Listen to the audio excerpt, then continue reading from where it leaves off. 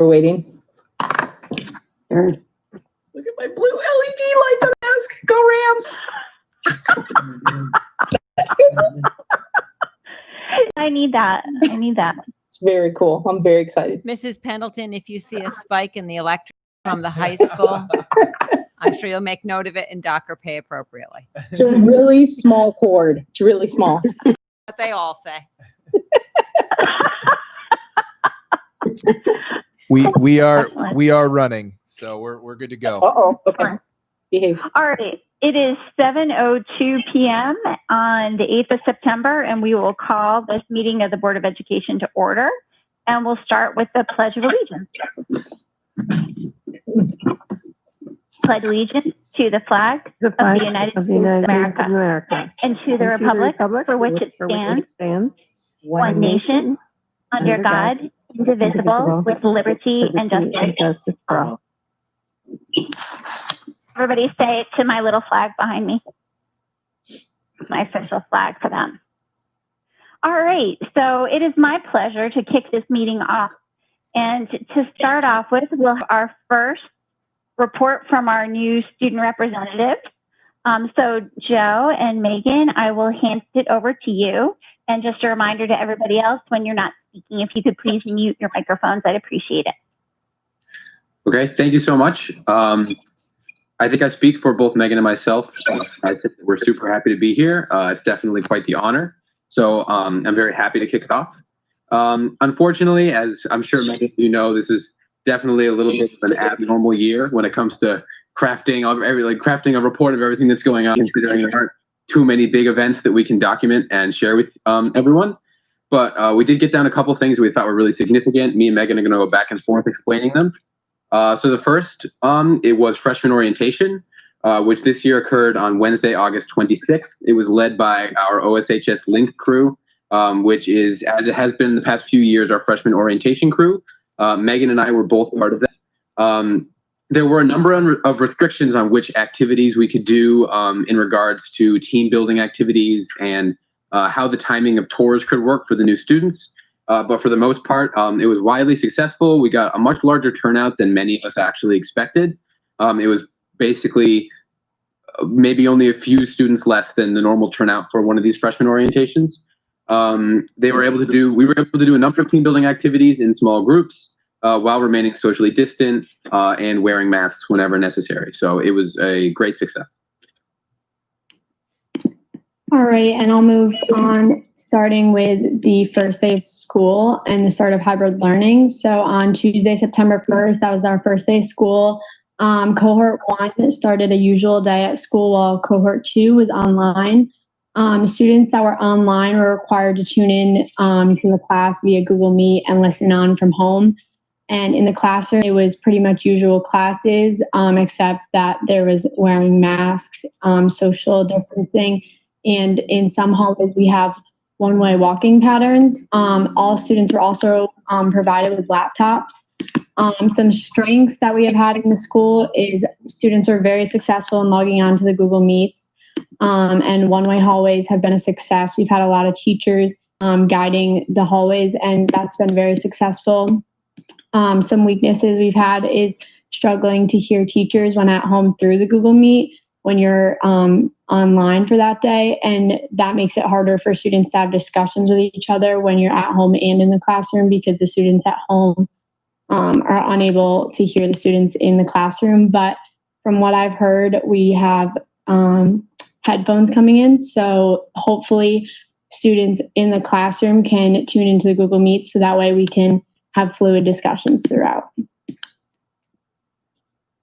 So the next event, which we wanted to document, happened a lot this summer. E3, which is a student group led by Youth and Family Services, put on a Crafty Connections series of seminars where there were a number of online seminars that walked elementary and middle school students through online crafts in which we distributed out any of the materials that they may need to complete these crafts.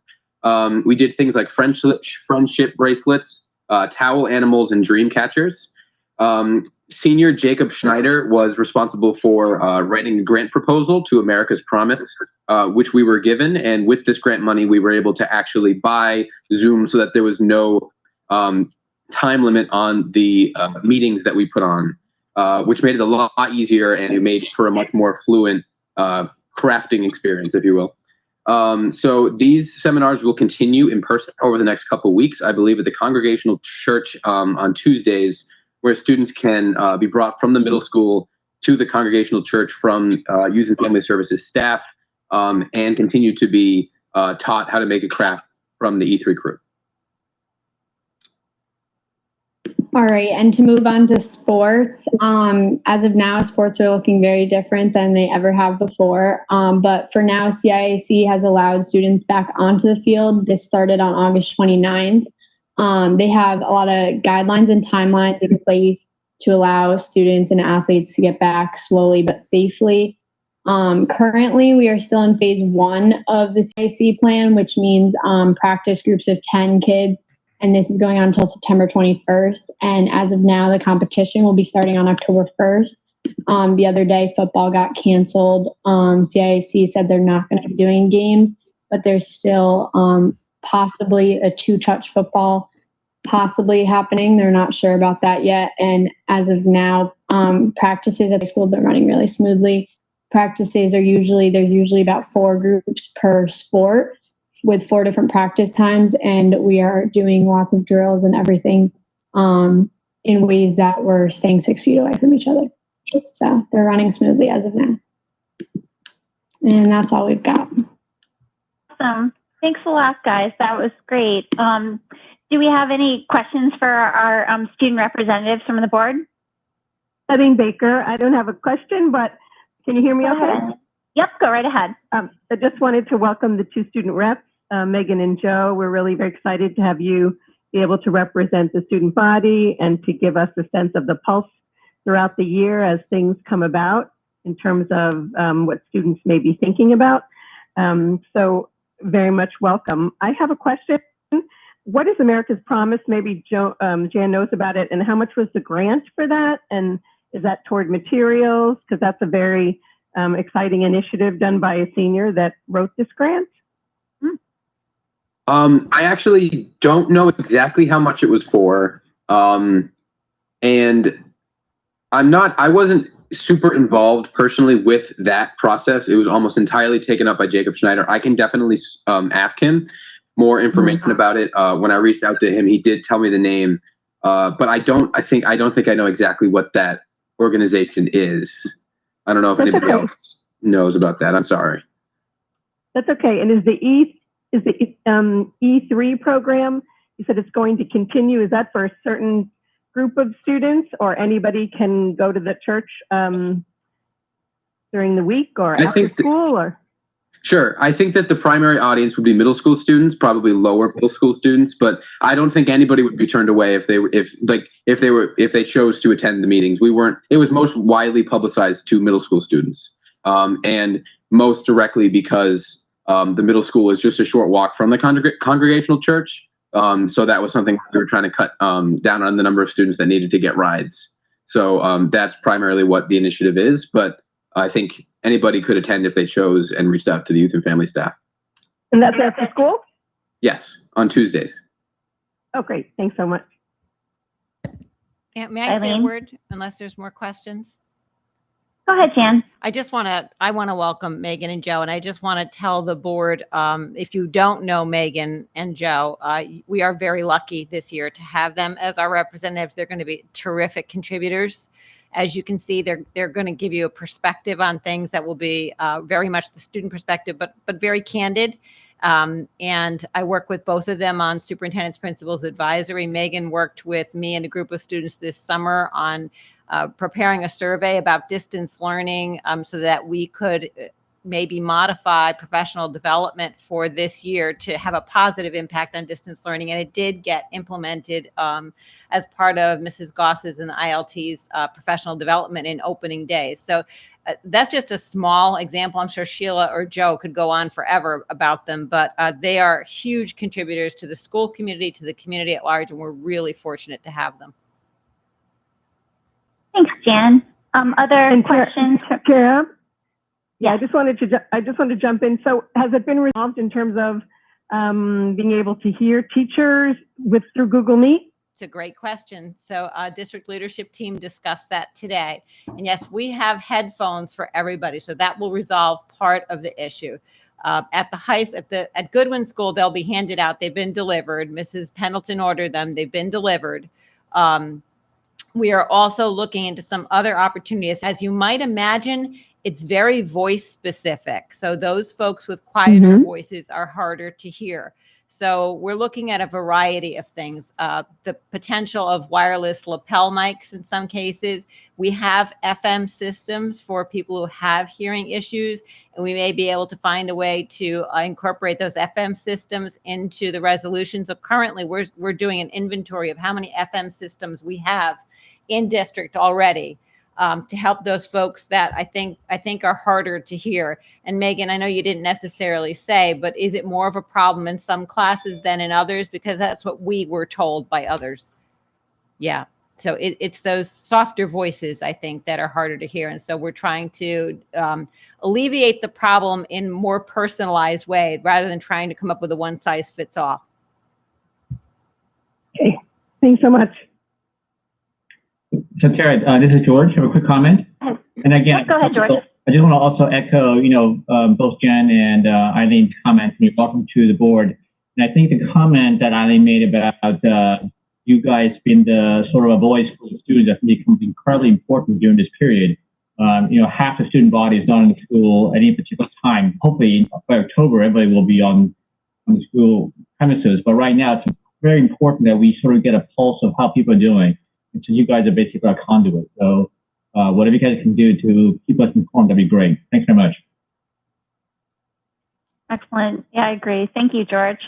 Other questions, comments for Megan or Joe?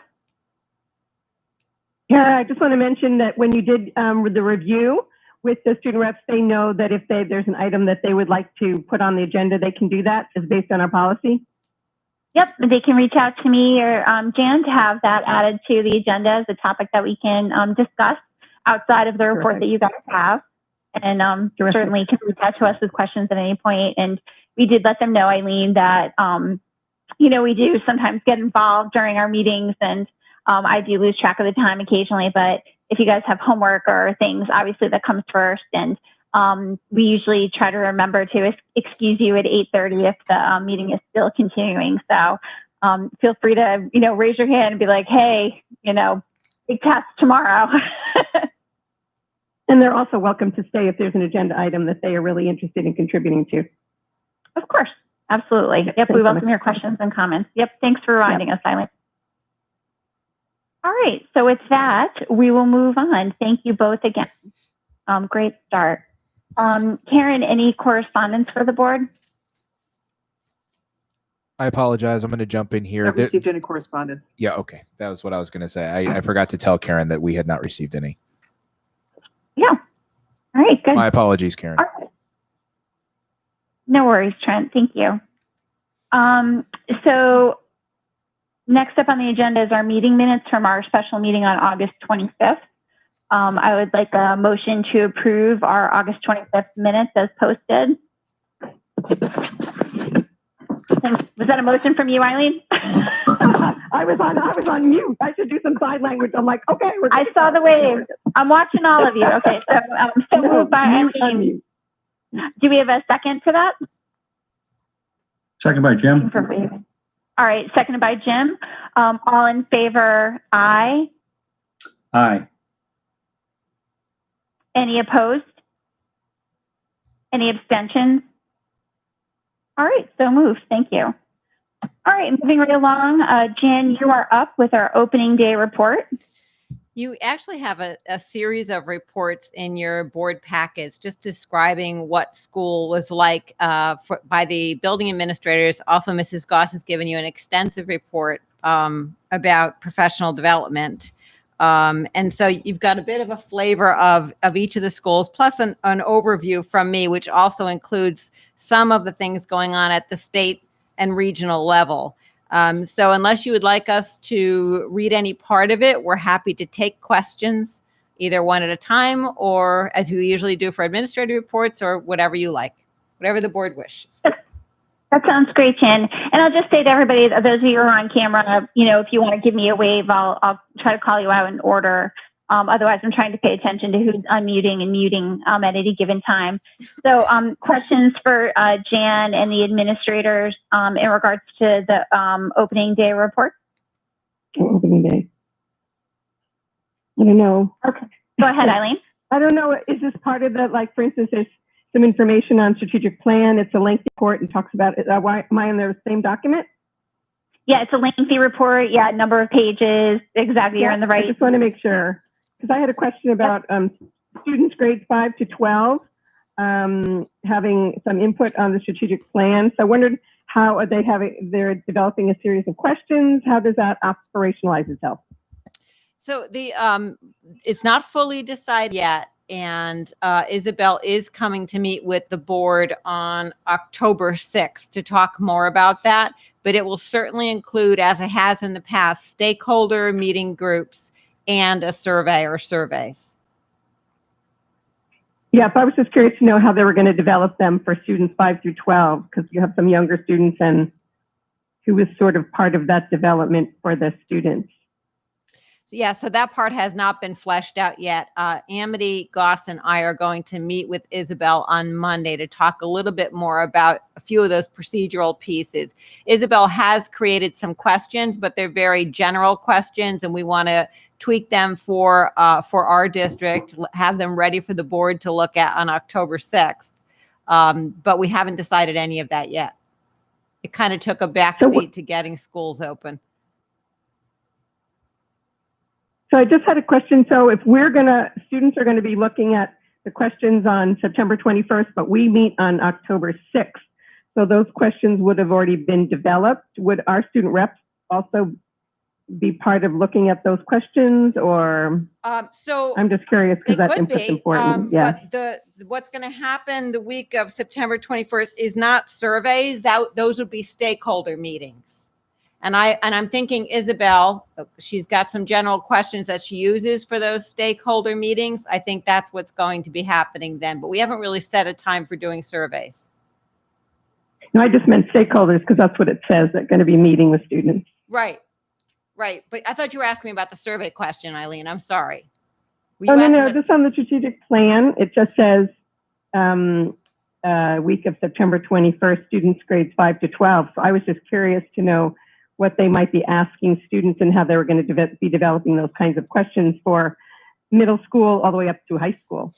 Okay, so yes, so those questions, not the survey questions. I was answering a survey question. I thought you were asking about survey questions. So survey questions have not been developed yet. She has general stakeholder questions that she has created that I would imagine she uses to get students or whatever stakeholder group she's meeting with just to talk about their experiences in the schools, what they find as strengths. Very typical questions about what are our strengths, what do they know about I asked her to add, what do you know about our current strategic plan and how closely do we follow it? But the survey questions, which is what I thought I was answering, those have not been developed. Thanks. Other questions for Jan and the administrators in regards to the report?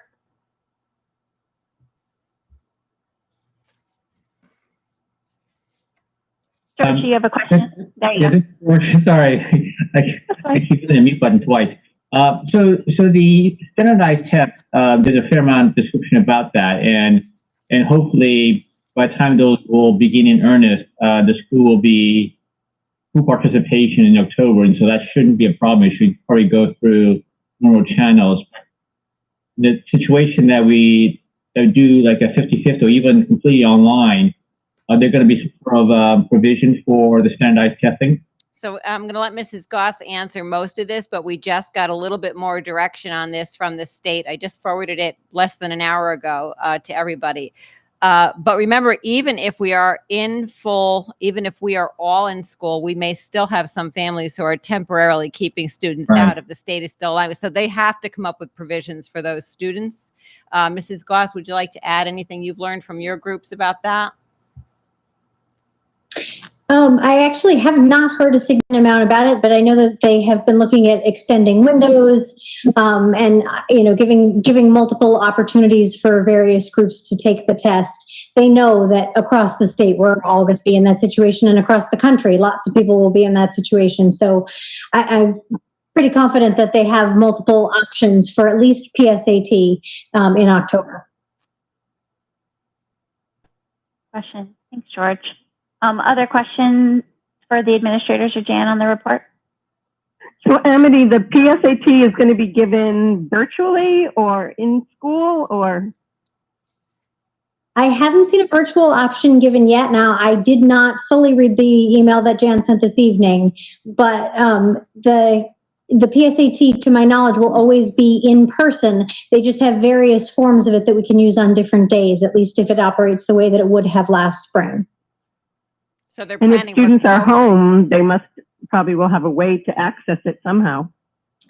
I don't know. The coming to PSAT school, is not a mandated test. That's something that we choose to do with students. Right. So it may be that there isn't an option for doing it at home, that you need to be present in the building. I need to read more about that. Thanks. Other questions? All right, then.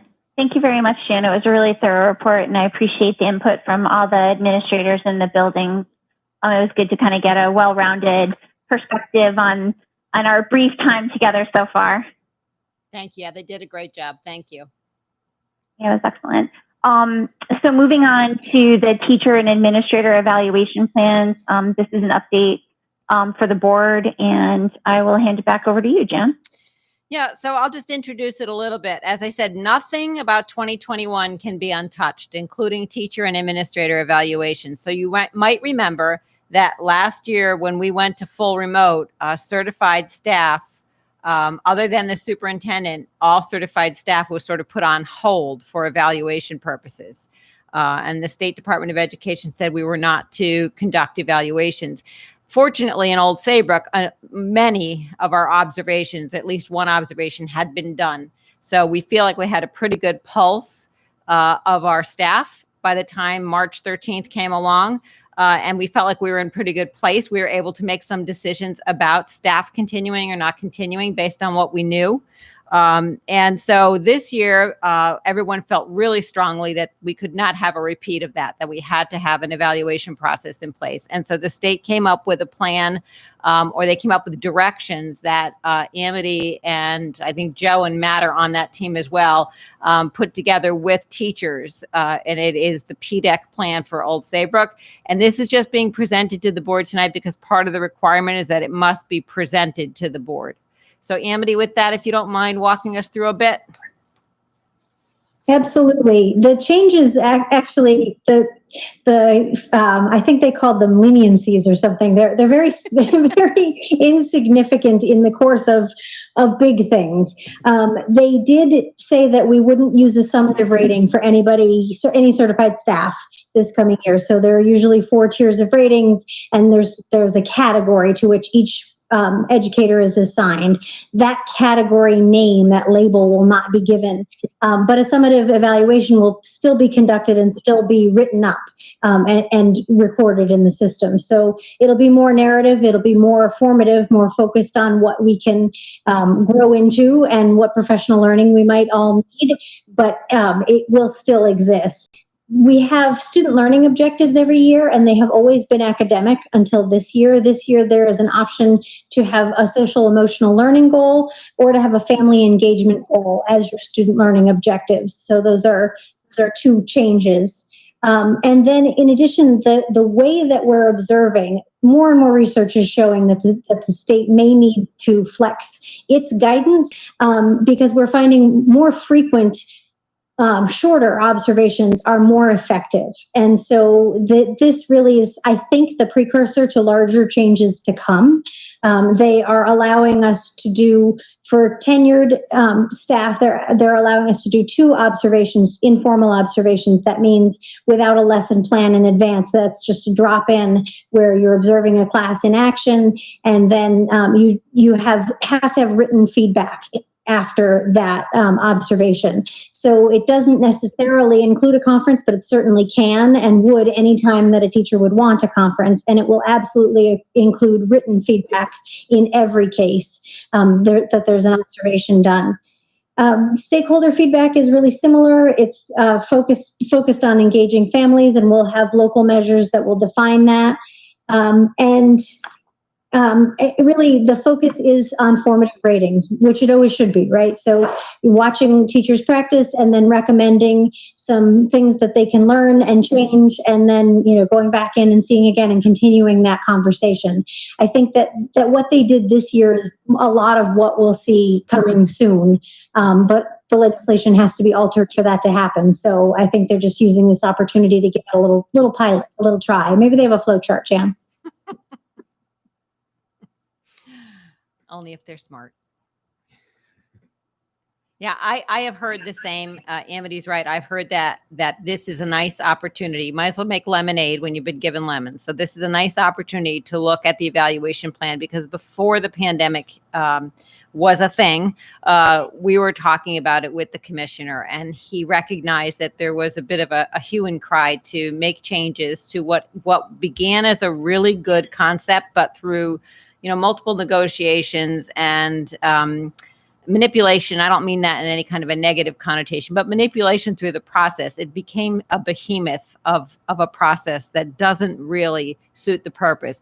And every administrator I know, and I think many teachers say, the best part of the process was the professional conversation between the supervisor and the teacher. You could really talk about where strengths were, where there was room for growth, and then talk about coming in to see it again, which is not something that ended up in any kind of final documents. And so that was really very frustrating that the best parts of the process weren't even documented in any way. And I have great hope that we will be able to have a positive impact on evaluation moving forward. Excellent. Any questions? Yeah, I mean, just from taking a look at what you guys were doing at the beginning of last year and having peer review and engagement, within departments, you were already kind of well on the way to doing some of these things already. So, and I look at the things that they're making changes, and none of them are, at least to my mind, egregious or bad. I mean, I think looking at social emotional learning is really important. Family engagement is super important, whether you're on camera or not. And there was a lot of emphasis put on that 4-level scoring, and we learned pretty quickly that it was really close to irrelevant. It was inflated in ways that made it meaningless. It didn't really provide any good feedback. So a lot of emphasis was put on that, and it was not necessarily the place for us to really spend our energy. I think we can spend our energy better as this plan develops, if it continues to develop in this direction. Questions for Amity or Jan in regards to evaluation? I do have a quick question. Tara, can you hear me okay? Yes, I can. Thanks, Karen. Okay, good, because I apologize. I know when you asked me about correspondence, I just moved to a place where I think I have a better connection. I don't think you could hear me. No, but thank you. Correspondence, by the way, going back. Anyway, quick question, just Amity, on the SLOs, the goal for social emotional learning, and just very briefly, what does that look like, and how do you measure that? Is a great question. It may be very simple in terms of surveys or how kids are feeling connected to school. It might be something like that, or it could be more significant in terms of how comfortable a student feels in either the online platform or in the in-person classroom. It really would depend on the individual students in a teacher's class and what goals they had for social emotional learning. I mean, and this would certainly look different in a situation where there was something more akin to trauma than what we hope to see in our classrooms. Obviously, that would be a whole different scale. Okay, thank you. If I might add, we've already had some of our staff who've had social emotional goals. For example, our school psychologists and our counselors, and those might look like learning coping skills for anxiety or building self-awareness or things like that. And what we're all learning is how to involve our teachers in that, and building self-advocacy skills and things like that. So it could look like any of those kinds of goals. Okay, thanks. A number of us are going to be involved in the Mark Brackett training from Yale, which the Dalio Foundation has funded for all certified staff across the state. So we thought it would be foolish not to take advantage of it. And so that's going to, I think, help us understand, help some of us understand how to incorporate socio-emotional learning goals in our instruction. And for me and for leaders, it will also help us to understand how we can support that. Did you have a question? I have a question, Karen. Go ahead. So I'm just again, I always like these updates on the teacher evaluation. Now, just thinking in terms of the local flavor in Old Saybrook, right? The ILTs have become very prominent in the roles that they play. Are there any thoughts about getting them involved in the teacher evaluation process? You're muted, Amity. I'm sorry, Jan. No, go ahead. It was one of the things that was originally in the contract, in their job description, was that they could potentially conduct peer-to-peer evaluations. They, after a lot of coaching training, realized that that could have a significant impact on their ability to coach in a really objective way, or or for people to feel like they could approach them for coaching if they were evaluating them as well. And so they actually worked really hard to convince us that they wanted to take that out of their job description so that they could truly coach and help improve people's performance without evaluation being an issue for them. So we've gone back and forth, though. I hear you about that. That's fair. That's a good point. Thanks. Other questions for Amity and Jan in regards to the evaluation, or for Kathy? Any questions for any of them? Chair, I have a question, but it might be swinging back. So if you want me to address it at another time, I will. Just in terms of that bilingual population, it's probably for Amity, and I didn't ask it, so I'm sorry, about what the ESSER funds are for. Is that going to help some evaluations, or, it seems like we were quite honored to be able to get that grant. Well, that's, if you're talking about Title I money, we were able to get money particularly for Goodwin School. So no, that was not specifically for bilingual. None of the grants that we've received are for any particular group. Sometimes having a certain population helped us to get more money. But no, it wasn't necessarily for that. But ESSER funds were for Title I. And Amity, do you want to talk about what you and Julie and I ended up saying we would do with that money to support students and teachers? What does ESSER mean? What does the ESSER stand for? Oh, gosh. This is Julie, help us out. Do you remember? Somebody Google it. It's okay. It's just that it says something about bilingual grant application, so I was just curious about it. So yes, there is a bilingual grant. We get last year it was $1,100 maybe from the state to support having multiple bilingual teachers. So it goes a long way for that. But the ESSER funds, I think we ended up spending on the paraeducators who we needed in order to be able to open school, given all of the precautions and all the supervision that we needed. Which turned out to be great, because the second round of funds, we were not given any money for academic staffing. So that ended up being a good use of those funds. And then we were able to use the next round of funds. The places that we were ended up getting money for that was in PPE and sanitation and that sort of things. A little bit of custodial, a little bit for bus monitors. So that worked out well. Of the 2.5 million we asked in the second grant, we got about 300,000, a little more. Mrs. Pendleton, did you find ESSER anywhere? It's the Education Stabilization CARES Act Fund. That's what they refer to it as. They just couldn't get SCRF in anything, so they went with ESSER. Right, exactly. Yes. Right. Thanks for answering that, guys. Thanks. So moving back to the evaluation plans, any questions in regards to the evaluation plan? All right, then. we will move on to our next topic, which is also extremely interesting, which is school enrollment. Yes, much harder to pinpoint this year, as you might imagine. I'm very glad that our district isn't any bigger when it comes to trying to pinpoint students and where they are, because there are so many options. So I know you know this, but there may be people out there listening to us who might not understand it all. So I'm going to go through it.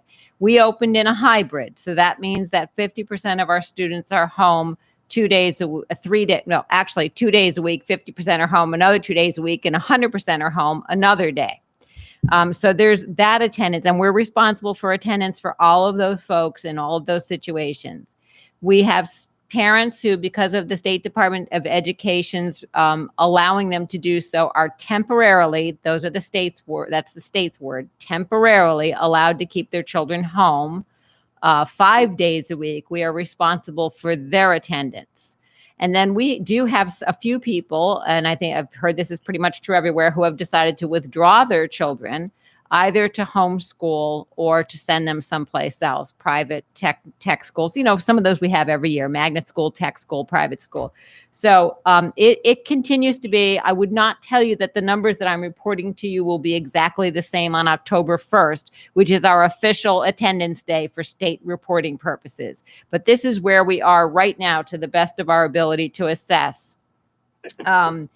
We are the projected enrollment, as you can see from your folder for this year, was 1,094. We're at 1,086. And I'm actually thrilled about that, because I would have thought with all that's going on, some schools opening in full, some in hybrid, we would have had a lot more of a drop than that.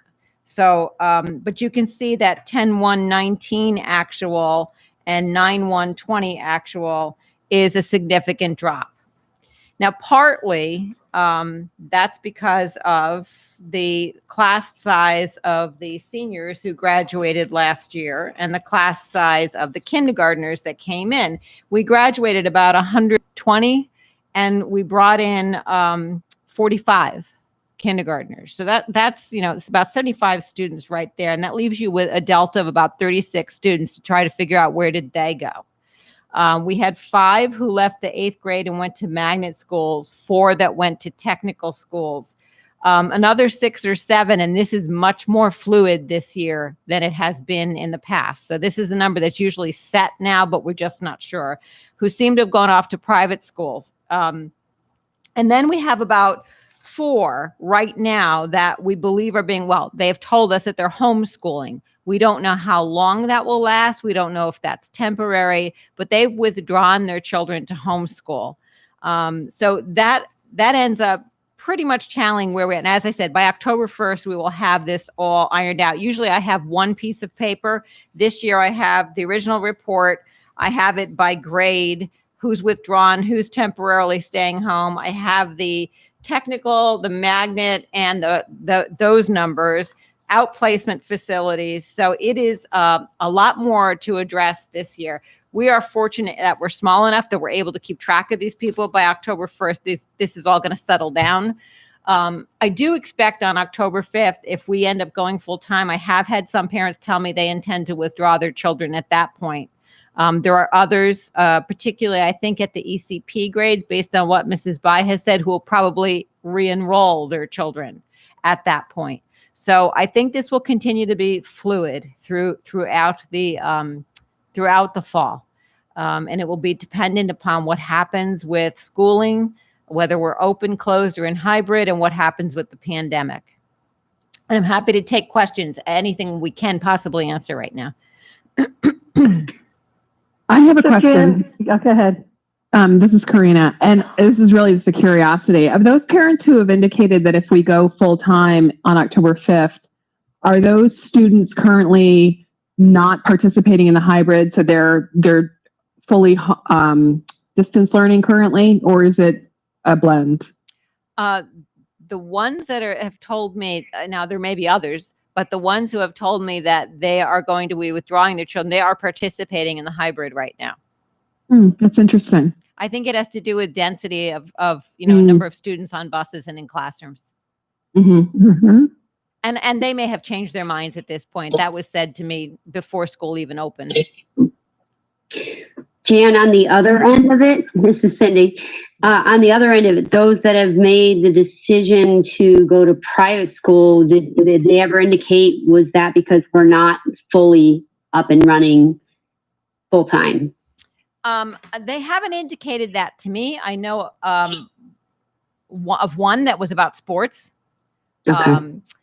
But I don't know if any of the other administrators are privy to some general information that you could share without revealing anyone's identity and what they may have said about why some plan to leave last spring. You know, that was their intention all along. But I don't know if anybody has any other one-off stories like that. No, nothing new from 8th grade, Krista. I would say that we have there's only one student who actually it wasn't even private school. The student moved. I think the family lives in 2 different towns, and so the student started going to another school. But that was before any decisions were made on how we were going to return to school.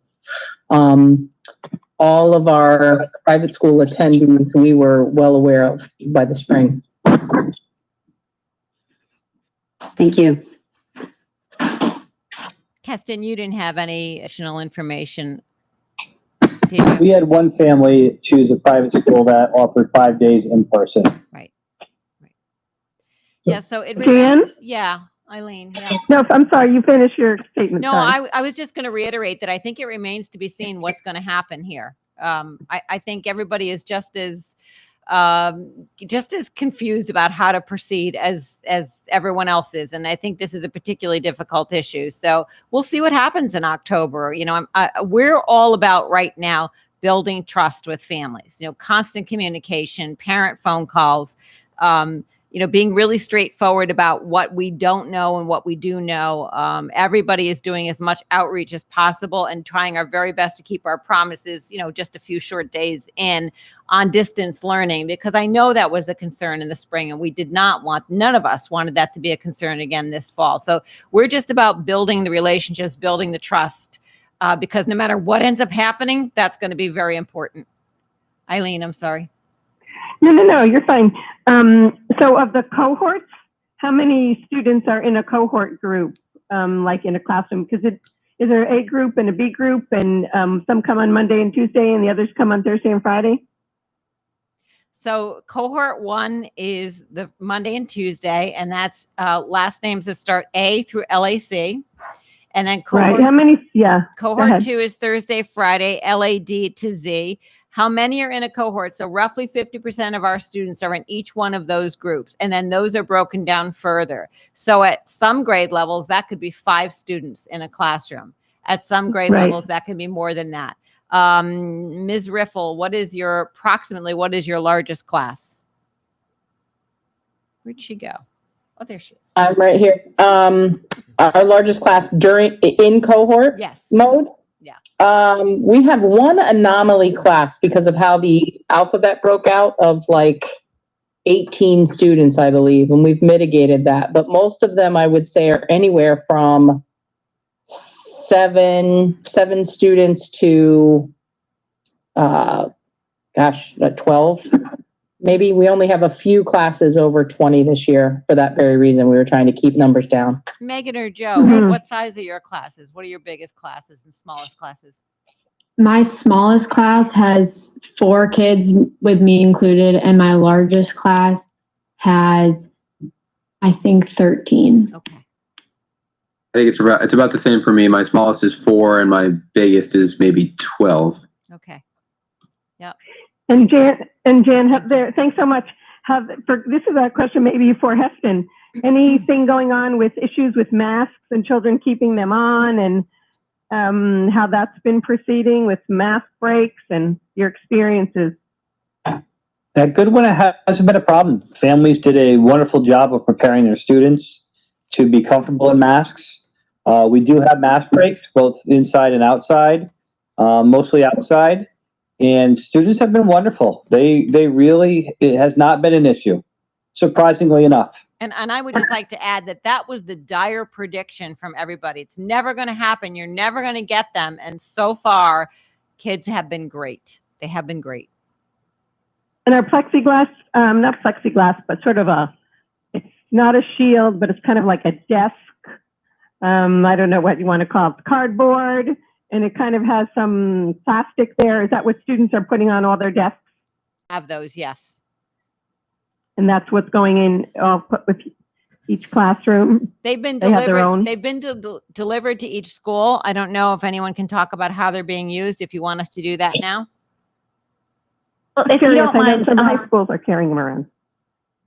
Sorry. The high school's not. We have not handed them out yet. We are looking at making the best use of them. Once we saw them and realized that, with the cohorting that is able to happen at the other schools, we don't really have that ability in terms of just storing a group of kids' shields in one location.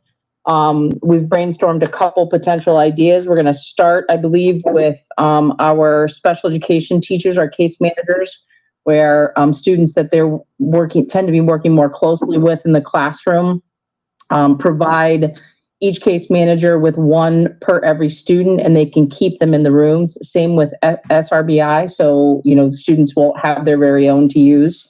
I actually want to talk to the Superintendents and Principals Advisory Council about that, because our feeling is once they came in and we saw the size of them and no way to carry them easily, I'm not sure what that's going to look like for the high school kids in terms of carrying them around from spot to spot. So we could, we've talked about maybe getting bins that we keep them in and students can pick them up on the way in the door, but I don't really know about the practicality of that. I mean, I do know it's not very practical. So thanks. Thank you. Tara, I have a question. This is sort of related to enrollment, but a little bit off. It's related to the buses. So roughly 500 kids, a little over 500 kids are in each cohort throughout the system. How many of those are actually riding bus? So when we first got our results, it was going to be a very low percentage. Mrs. Pendleton, did M&J give us actual ridership at this time? If not, we can get it and send it as an email. We'll get ridership the end of this week, but I've ridden a few of the buses, as you know, and it's been, pretty low, but I think there have been buses with a dozen or more. So we'll get the ridership for you. We'll send it out as an email to all board members. Questions in regards to enrollment? You have a question, George? Sure. I have a question. Go ahead. This is a very simple question. So the pre-kindergarten row, is that numbered? Does that include both pre-K 3 and pre-K 4? Or is it just pre-kindergarten 4? Yeah. That's all pre-K. Well, no, I know, but is it just the one class? Is it pre-K 3 and 4? Is that how you guys differentiate that? Are you asking me, is that all 3-year-olds and all 4-year-olds together? Yes. So the total number of students in pre-K as of the date of the official report for the month is 51. So that's both 3 and 4? Yes. So I guess my question is, if you look at the 6-1-20, the pre-kindergarten at 55, and then the 9-1 at 45, we lost 10 people, or it was just only 45 from the fourth year round came up, in which case we didn't lose any at all. Say that again, Dr. Chang. I'm sorry. so the pre-kindergarten number for the 6-1-20 at 55. Yep. If that's a combination of 3 and 4-year-olds, then we make the assumption only the 4-year-olds go up. Yeah. Then and those 45 kids in the 4-year-old, then we lost nobody. But if all 55 are 4-year-olds, then we lost 10 people going to kindergarten. Or if there are only 40 people in the road, we actually gain 5, right? So that's what I'm trying to get at. So. Gotcha.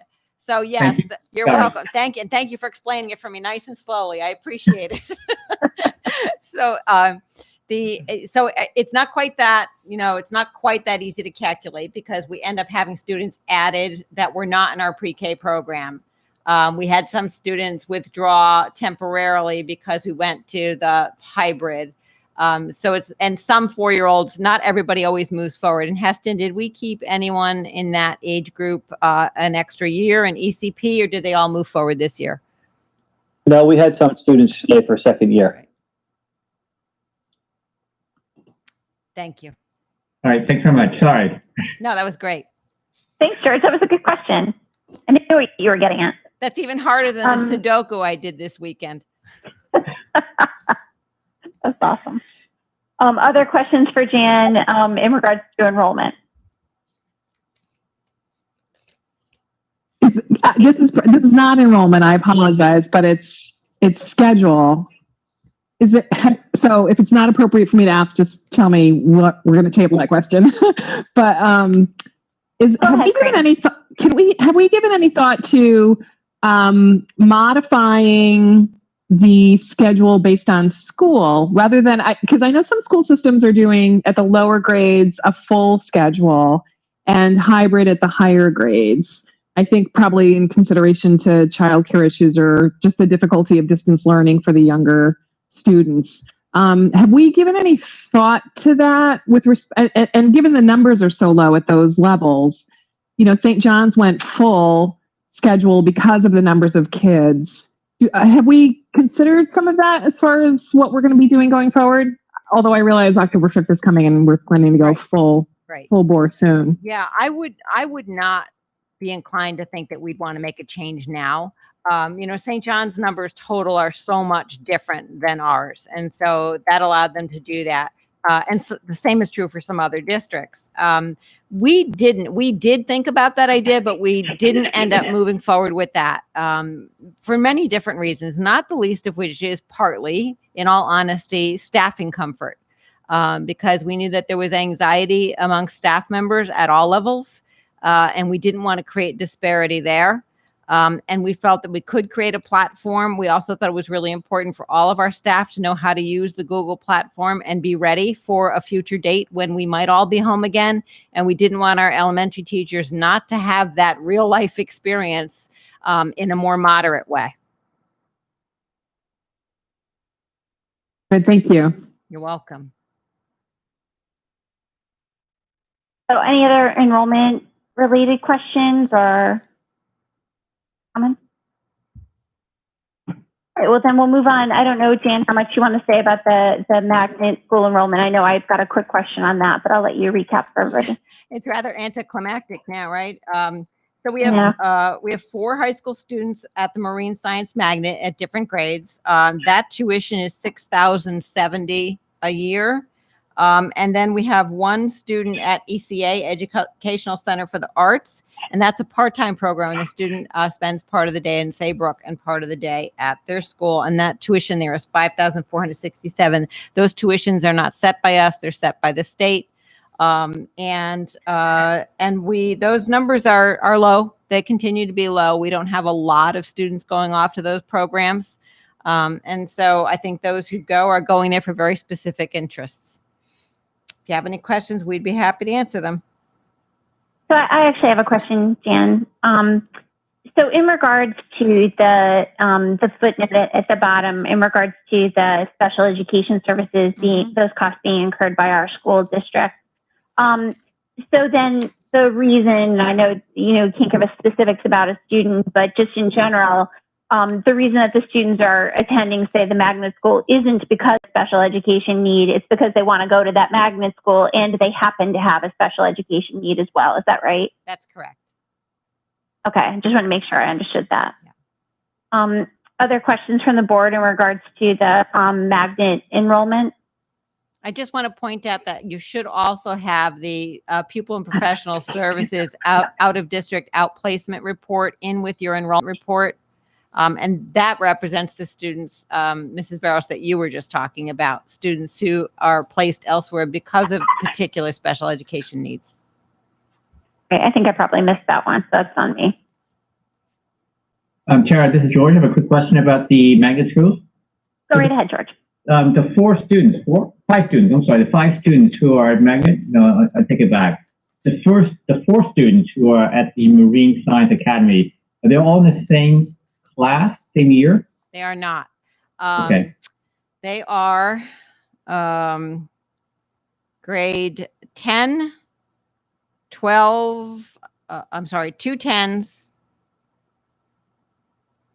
a 9, and a 12. I'm sorry, Okay. I'm reading from the wrong line. A grade 9, 2 grade 12s, 3 grade 12s, I'm sorry. A 9 and 3 12s. Okay. So, because sometimes there could be, a group of friends who this one goes and then everybody else sort of goes, right? So it sounded like maybe the 3 12th graders all were at a mutual decision. Yep. Interesting. Thanks. Yep. Is that an increase from last year? Well, one might presume it was 3 last year and the 9th grader increased it to 4. I'm not sure if we had any 12th graders who graduated from there last year. We may have. My sense is that this has gone down in the past few years, because I remember a few years back when we had about 4 per grade level. Yeah, I can't answer that, Karina, because I don't have the graduates on my list. I agree, though, Kathy. I remember from past years that we've had higher enrollment, especially the Marine Magnet School. We can. So Jan, Pamela Sturdy will be able to tell me how many students were there last year. I can give you that. I've been keeping track every year if you want to know it right now. I have an ongoing document that I add to. Let me get it from Pam, Sheila. Not that I don't trust your accuracy, but she's got the actual tuition payments. Sure. So we know who stayed, Yeah, absolutely. Oh, I'm just Jan? Yeah. So Celine, I'm just curious to know, has there been conversations with the Magnet Science High School in terms of COVID restrictions with their curriculum, what they're able to do, what they're not able to do, how they're social distancing, how many are in a class? Yeah, so that, ultimately we're responsible. The sending district is responsible. Sure. Yeah, that's true. We're responsible at our special ed facilities to a certain degree too. So yes, so Mrs. Bai has been having those conversations. I have not had that conversation other than I'm in meetings every week with Kate Erickson, who's the executive director of Learn. And I know that she has been very much, I can't say I know their plan exactly. I'm sure I could go look it up because it has to be published, but she's been very much on the same page as the rest of us as far as how to approach grouping students and bus rides and all of those things. But we can look up that plan on their website. That's okay. I was just curious about the curriculum because sometimes they are, no pun intended, pretty hands-on. Yes. And people like the magnet school, but things may have changed just based on, social distancing and different aspects, being able to access the curriculum. I was just curious. Yeah. Haven't had time to look, but a good question. Understand. Yeah. Other questions in regards to the magnet school enrollment? Great, thank you, Jan. So we will move on then to our calendar. So this is the point in the year. This feels normal. We do this every year where we decide to set our dates for we've got them set through December. And then we need to set them for the first half of 2021. I'm sorry, the rest of 2021, right? Yep. Exactly. So that's up for discussion this evening. Trent put this list together. He pretty much just took our regular schedule and moved it forward every 2 weeks, avoiding the vacations. Yeah, there's only one anomaly in there that looks to avoid April break. So you'll see a 2-week gap between March 23rd and April 6th, and then a 3-week gap between April 6th and April 27th. And then I did send a note out to all of you in regards to our future plans for how we're going to meet. So there's more to come on that. It certainly is my hope that by the time we get to our fall leadership evaluation, especially with that meeting being something that's an executive session anyway, that we should hopefully be able to do that in person, which I think would be the thing that we would all most like. But there'll be more to follow in regards to, how we're going to conduct our meetings going forward.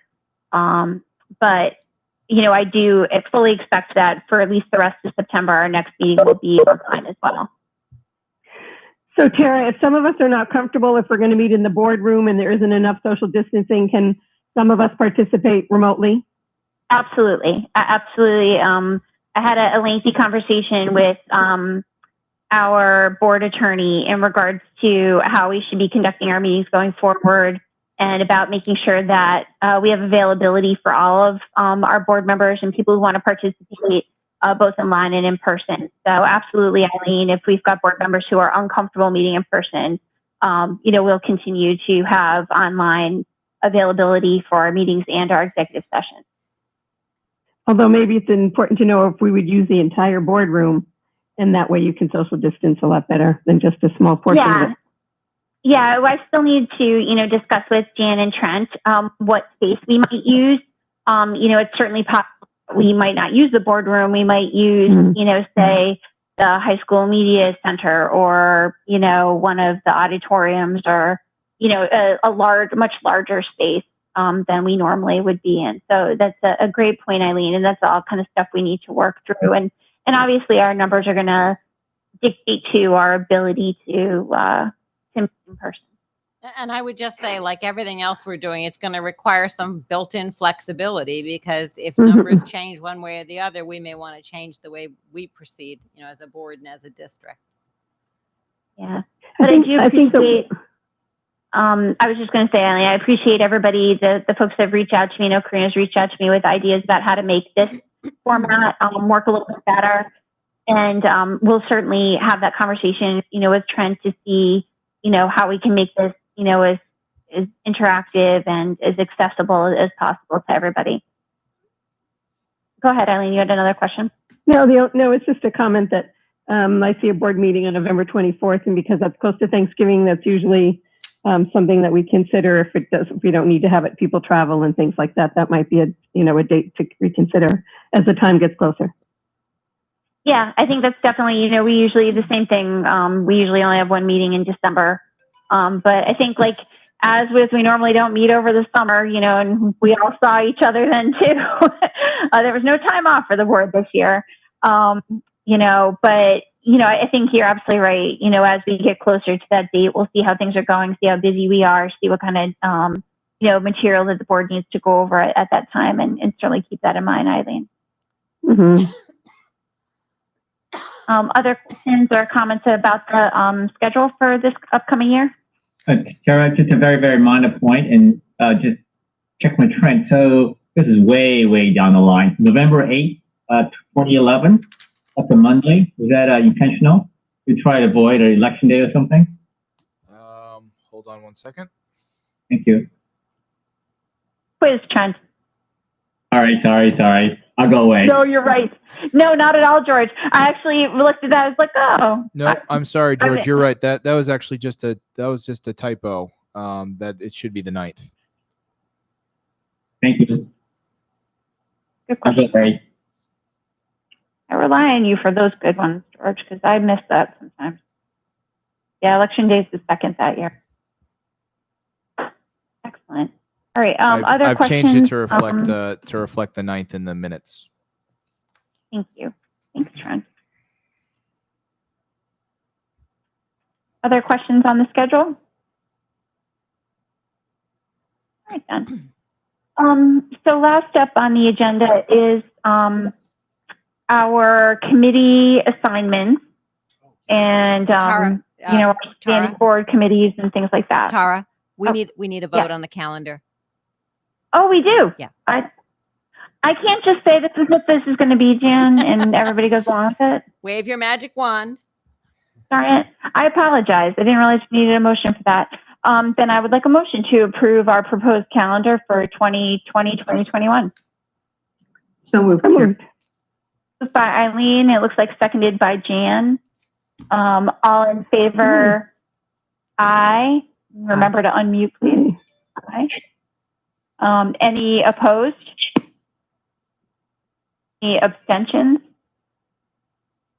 All right, so moved. Thank you, everybody, and I apologize about that.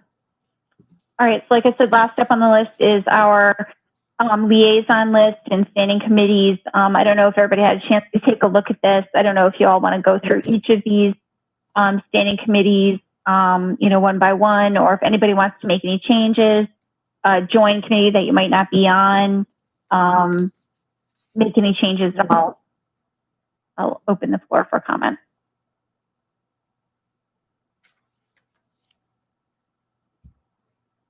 All right. And the only one that jumped out at me, Jan, and I think this is something that we'll have to revisit as the time goes on. I know we still have we had discussed it at length last year, the turf field committee, which is kind of, moderately, I don't want to say defunct, but, unused. And we may end up wanting to repurpose that one, maybe later on in the year, revisit that from a lighting committee perspective. Yeah, it was the committee was created through a joint statement between the Board of Education and Board of Selectmen. I would imagine, and we can certainly look into it, would need to be disbanded the same way.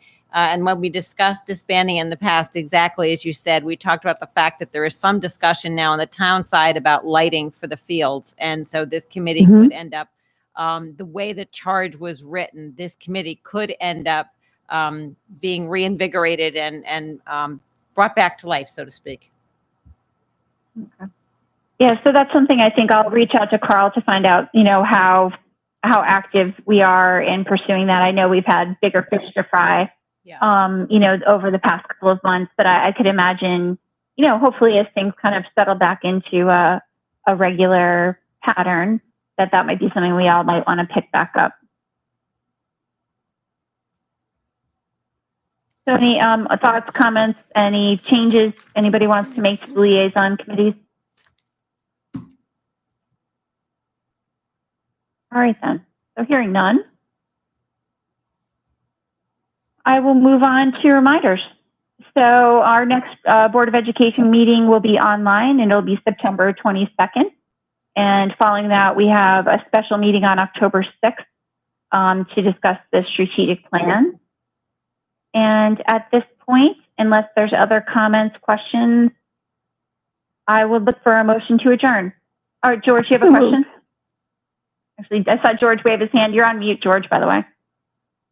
Double secret mute. I'm back on mute again. This button's very touchy. Sorry. No, I was just, I was just thinking about Jan's comment or what she wrote in the very first paragraph of her opening week, right? That basically sometimes it's just best just to start. And I guess we have all the school leaders and administrators and online here. And so just, on behalf of the board, thank you all very, very much for just an amazing amount of work you guys have done over the summer, before the summer, and then really, get the school going. And it's basically just to get it started. I mean, that's just a huge amount of effort. And for the board, from other students, thank you so much. Thanks, George. That was well said. So, Tara, can I just ask a question?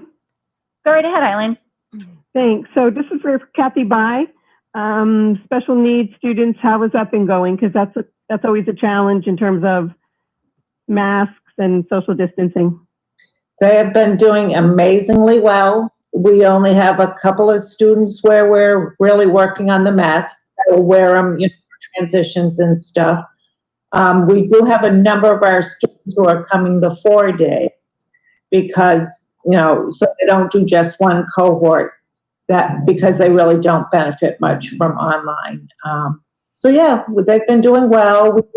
We also have some students who've opted for fully remote, and we're learning how to do that too. So it's gone smoothly. Super. I will say that Saybrook's been really proactive, and they got those clear masks for those children with hearing loss and staff sooner than a lot of other districts that I'm familiar with. Yep. All right, with that, then I'd like to look for a motion to adjourn, please. Moved. By Eileen. Do we have a second? Looking for somebody who's not me. Up, Cindy. Cindy seconds that. Thank you, Cindy. All in favor? Aye. Aye. Aye. Aye. Opposed? Any opposed? All right, so moved. Thank you all very much for a good first meeting. Thank you to our staff and administrators for joining us, and our student reps. Thank you very much. Excellent job. Thanks, everyone. Everybody. Stay healthy. Good night. Good night. Healthy.